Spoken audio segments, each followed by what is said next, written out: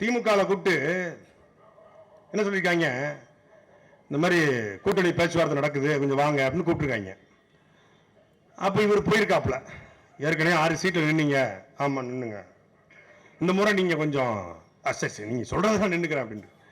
இல்லை நாங்கள் திராவிடத்துக்குலாம் நாங்கள் கடுமையாக பேசிக்கிட்டு இருக்கோம், தமிழ் தேசத்துக்கு எதிராக பேசிக்கிட்டு இருக்கோம், அது நாங்கள் பார்த்துக்கிட்டு தாங்க இருக்கோம்.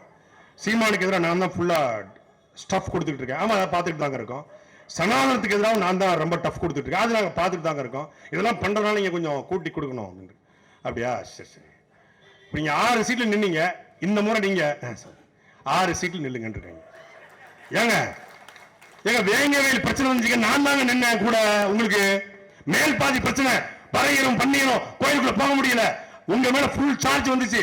திமுக ஆட்சி, சமூக நீதி ஆட்சி, ஆனாலும் கோயிலுக்குள்ள ஒரு பறையரும் மண்ணீரும் போக முடியல, கோயிலுக்கு சீல் வச்சான்னு சொன்னாங்க. உங்களுக்கு முட்டு கொடுத்து நின்னுங்க, என் கட்சிக்கார மண்டையை உடைச்சிங்களே கேட்டனா, என் கொடியை வெட்டினீங்களே கேட்டனா, எவ்வளவு அசிங்கப்படுத்திருப்பீங்க கேட்டனா, என் துணை மேயர் கொடுத்தீங்க, துணை மேயர் டம்மியா போட்டு விட்டுட்டு நீங்களே மேயரா இருக்கீங்க, இதெல்லாம் கேட்டிருப்பனா, இவ்வளவு அசிங்கப்படுத்தியும் அவமானப்படுத்தியும் துக்கப்படுத்தியும் துயரப்படுத்தியும் கஷ்டப்படுத்தியும் கருமாயப்படுத்தியும் உங்க கூட கிடக்கிறனா நீங்க கொஞ்சம் மேல கொடுங்க இருக்காங்க. இவ்வளவு பண்ணிருக்கீங்களா, எவ்வளவு எதிர்பார்க்கறீங்க, கொஞ்சம் பார்த்து பண்ணுங்க. சரிங்க, உங்களுக்கு வேண்டாம் எங்களுக்கு வேண்டாம், எவ்வளவு நீங்க 6 சீட்டு, உங்களுக்கு வேண்டாம் எங்களுக்கு வேண்டாம், 6 சீட்டு நில்லுங்கன்றாங்க. என்ன அது, பாராளுமன்றத்தில் என்னுடைய கட்சனை என்பது என்று நான் முழங்குறேன். அம்பேத்கரியம் பேசுவேன், பெரியாரியம் பேசுவேன், பூண்டு வெங்காயம் பேசுவேன், எல்லாம் பேசுவேன். திருமணமே செய்து கொள்ளாமல் உணர்ச்சிகளை கட்டுப்படுத்த ஊசியை போட்டு வாழ்ந்துட்டு இருக்கேன். ஏர்போர்ட் மூர்த்தி சொன்னது, அதுக்கு தான் அவரை கைது பண்ணி குண்டாசில போட்டாங்க. இப்படி வாழ்ந்துகிட்டு இருக்க ஒருத்தருக்கு போய் நீங்க 6 சீட்டுன்றீங்க, உங்களுக்கு வேண்டாம் எங்களுக்கு வேண்டாங்க. சரி சொல்லுங்க, பொதுவா நம்ம பேசிக்குவோம். நீங்க இது போன முறை நீங்க 4 கொடுத்தீங்க, 2வது 6 கொடுத்தீங்க, இப்ப எவ்வளவு தருவீங்க அதை சொல்லுங்க. இவ்வளவு நீங்க பேசும்போது பாராளுமன்றத்தில் எங்களுக்காக கஷ்டப்படுறீங்க. ரவிக்குமார் வேற உதயசூரியன் சின்னத்தில் இருக்காப்ல, நீங்க உங்க கட்சிக்காரங்க பூரா தமிழ்நாடு முழுக்க வேற இருக்காங்க, என்ன பிரச்சனை இருந்தாலும் முதல் அறிக்கை நீங்க கொடுத்துறீங்க, அதெல்லாம் நாங்க பார்த்துட்டு தான் இருக்கோம். உங்களுடைய சப்போர்ட் எங்களுக்கு தேவை மிஸ்டர் திருமா, அல்ல மாட்டுக்கிறதே கிடையாது. சரி உங்களுக்கு வேண்டாம் எங்களுக்கு வேண்டாம், பொதுவா நம்ம வச்சுக்குவோம் 6 சீட்டு. சரிங்க, எனக்கு தான் பரவாயில்லைங்க, அவங்களுக்கு எவ்வளவுன்னு கேட்டிருக்காங்க, எங்க தேமுதிகவுக்கு அவங்களுக்கு 7 சீட்டு இருக்காப்ல, அங்கதான் கொலவெறி ஆயிட்டாங்க. ஏன்டா தேமுதிக 7 சீட்டு எனக்கு 6 சீட்டுன்னு பேச்சுவார்த்தை போயிட்டு இருக்கு. தேமுதிக 9+1 கேட்குது, அது 7ல நிக்குது. தமிழ்நாடு முழுக்க அங்க கிளை கட்டி கொடிமரம் பறந்துகிட்டு இருக்கு தேமுதிகக்கு, அதனால 7 சீட்டு இருக்காங்க. நேத்து வந்தவனுக்கு 7 சீட்டு, நான் 30 வருஷமா உங்களுக்கு முட்டு கொடுத்து நின்றுட்டு இருக்கேன், எனக்கு போய் 6 சீட்டுங்க, மனசாட்சி இல்லையான்னு வெகுண்டு இருந்து அவங்கள திட்ட முடியாம தமிழ் தேசிய எழுச்சி மாநாடு, உண்மையான தமிழ் தேசியம் ராஜராஜனும் தமிழன் இல்ல, அவன் பார்ப்பன அடிவடி, அவன் வங்காள மொழி அடிவடி. சிதம்பரம் கோவில்ல போய் தேவாரத்தை மீட்டெடுக்கும் பொழுது அங்கிருக்கக்கூடிய பிராமணர்கள் மாணிக்க வாசகர், சுந்தரர், திருநாவுக்கரசர் 3 பேரும் வந்தாத்தான் இந்த தேவாரத்தை மீட்டெடுக்க முடியும் என்று சொன்ன பொழுது 3 பேர் சிலையும் கொண்டு நிப்பாட்டி இந்த குறுங்கன்னு கேட்கிறார் ராஜராஜ சோழன், இந்த சிலைக்கு எப்படி உயிர் இருக்குது என்று கேட்டிருக்கார். உள்ள இருக்க நடராஜனுக்கு மதிப்பு இருக்கும் போது உயிர் இருக்கும் போது இந்த சிலைக்கு இருக்காதா என்று பார்ப்பனோட ஆயுளோட தர்க்கம் செய்து தேவாரத்தை மீட்டு 12 திருமுறைகள் என்று பெயர் வைத்ததால் அவன் திருமுறை மீட்ட சோழன் என்கிற பெயரை பட்டால் அந்த ராஜராஜ சோழன் தான் உங்களுக்கு ஆரிய அடிவரடி. வடக்கிருந்த அந்த ஆயர்களை வைகாத்து கரையில 1000 ஆரியருடைய தலையை வெட்டி வீழ்த்தி ஆரிய படையடர்ந்த பாண்டிய நெடுஞ்செழியன் உங்களுக்கு பார்ப்பன அடிவரடி. இங்கிருந்து இமயமலைக்கு சென்று கனக விஜயனுடைய தலையில கல்லை சுமக்க வைத்து இமயமலையில கல்லை வெட்டி அங்க வச்சிருக்கான் குவாரிய, அவன் பல்லாவரத்துல வைக்கிற குவாரி, இமயமலையில குவாரி வச்சிருக்கான் எங்காடு. அங்கிருந்து கல்லை வெட்டி கண்ணகிக்கு கேரளால கொண்டு கோயில் கட்டிய சேரன் செங்குட்டுவன் உங்களுக்கு ஆரிய அடிவரடியா, பார்ப்பனிய அடிவரடியா. ஒவ்வொரு பிறந்த நாளைக்கும் எஸ்.வி. சேகரை கூப்பிட்டு மணிகண்டன் ஒருத்தர் இருக்காப்ல, ஒரு மணிகண்டன் ஒருத்தர், அவரு பட்டிமன்ற பேச்சாளர். அப்புறம் இந்த அம்மா சொல்வதெல்லாம் உண்மை அப்படி ஒரு நிகழ்ச்சி நடத்துவாங்க.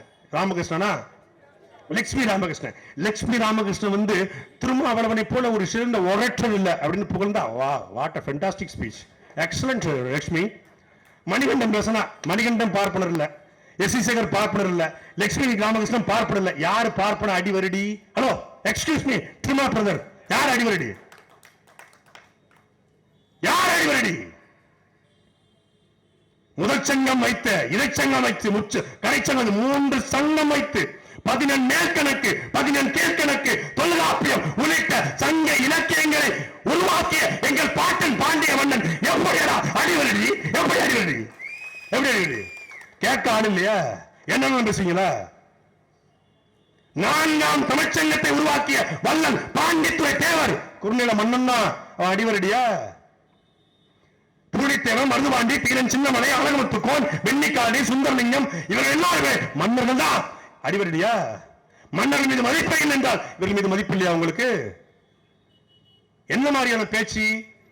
சீட்டுக்காக, நோட்டுக்காக. நாங்கள் சீட்டுக்காக, நோட்டுக்காக அல்ல, இனத்துக்காக, மொழிக்காக, பண்பாட்டுக்காக, கலாச்சாரத்துக்காக, வரலாற்றுக்காக. வரலாறை படிக்காத இனம் வரலாற்றில் வாழ்ந்ததாக சரித்திரமில்லை என்ற கோட்பாட்டை முன்வைத்து நிற்கிற பிள்ளைகள் நாங்க. சும்மா குறுக்க வந்து பாயாதிய. தமிழ் தேசிய எழுச்சி மாநாடு, ஏன் சீமான் எதிர்ப்பு மாநாடுன்னு போடுங்களேன். சீமான திட்டினாதான் பல பேருக்கு சோறு. இங்க திட்டி திட்டி பேசினாலும் வட்டியில சோறு வைப்பாங்கிற மாதிரி எங்க அண்ணனை திட்டினாதான் சோறு. இது இந்த குறுக்க வந்து இவங்க பாஞ்சுக்கிட்டு எந்த கொள்ளை தெளிவும் இல்லாத ஒரு கூட்டம் நேரடியா சிஎம். இந்த அமெரிக்க மாப்பிள்ளை நோ, இந்த ஃப்ரெண்டு நோ, வெடிச்சா ஹீரோ தான். நான் கேரியரோட உச்சம். டிஃபன் கேரியரா இல்ல சாப்பாட்டு கேரியரா? கேரியரோட உச்சத்தை உதறிட்டு நான் வந்திருக்கிறேன். யார் சாமி உங்களை வர சொன்னது? நீங்க எப்படி கேரியர் உச்சம் அதை சொல்லு முதல்ல. நடிச்ச கடைசி 5 படம் ஓடல. இந்த வம்ச வாரிசா அது ஒரு குப்பை, பிகிலு, அப்புறம் வந்து இது கோட்டு, அப்புறம் லியோ, ஒண்ணுமே ஓடல. கேரியர் உச்சம்னா 50 ஆண்டு கால தமிழ் சினிமாவில், இந்திய சினிமாவில் ஜெயிலர் 2 75 வயசு நடிச்சிருக்க ரஜினிகாந்த் சொன்னா கேரியரின் உச்சம். அவர் சொன்ன உச்சம். அங்க அல்லர்ஜுனா உச்சம், ராம்சரண் உச்சம், மோகன்லால் உச்சம், மம்முட்டி உச்சம், இங்க அஜித்குமார் உச்சம், தனுஷ் உச்சம், அதர்வா கூட உச்சம். நீங்க என்ன ஒரு ஓரத்துல ஒரு சொச்சம். 4 பேர் ஒரு கை தட்டான், 4 பேர் வந்து விசில் அடிக்கலாம் அப்படின்னு இது வச்சுட்டாங்க. ஒரு சீரட் அப்படி எடுக்கிறது அது ஒரு ஸ்டைலு, இந்த விரல் அப்படி நக்கிறது ஒரு ஸ்டைலு. இதுல ஒரு ஸ்டைலாப்பா. இதை வச்சுட்டு அவங்க அப்படி திருறாங்க. என்னடா டேய், இதெல்லாம் ஒரு ஸ்டைல் பண்ணிக்கிட்டு அவங்க ஒரு முழிக்கிறதும். அவங்க பாருங்களேன், அரசியல் அவங்க என்ன நினைச்சிட்டாங்கன்னா, ஒரு 4 பன்னு 4 பிரெட் வாங்கி கொடுத்தா அது ஒரு அரசியல். நவாப்பழம் ரோட்ல வித்துக்கிட்டு இருந்தா அதை மொத்தமா 100 ரூபாய் கொடுத்து வாங்கிட்டு ரீல்ஸ் போட்டா அது அரசியல். அது நினைச்சுக்கிட்டு இருக்கான். நாம் தமிழர் கட்சியுடைய முக்கிய பொறுப்பாளர் அத்தனை பேர் மீதும் கிட்டத்தட்ட 10 to 15 வழக்கு இருக்கு. என் மீது ஒரு ஆண்டு சிறை, 330 நாட்கள் சிறை. வருமானத்தை ஏற்றதாகவோ, ஆத்மனை கொள்ளையடிச்சதாகவோ, கனிமவளத்தை கொள்ளையடிச்சதாகவோ வழக்கல்ல. மக்களுக்காக, மண்ணுக்காக போராடியதற்காக 330 நாட்கள் சிறை. குண்ட சட்டம். சீமான் மீது 270 வழக்கு. ஒரே நாள்ல 85 வழக்கு பெரியாரை பேசுவதற்கு.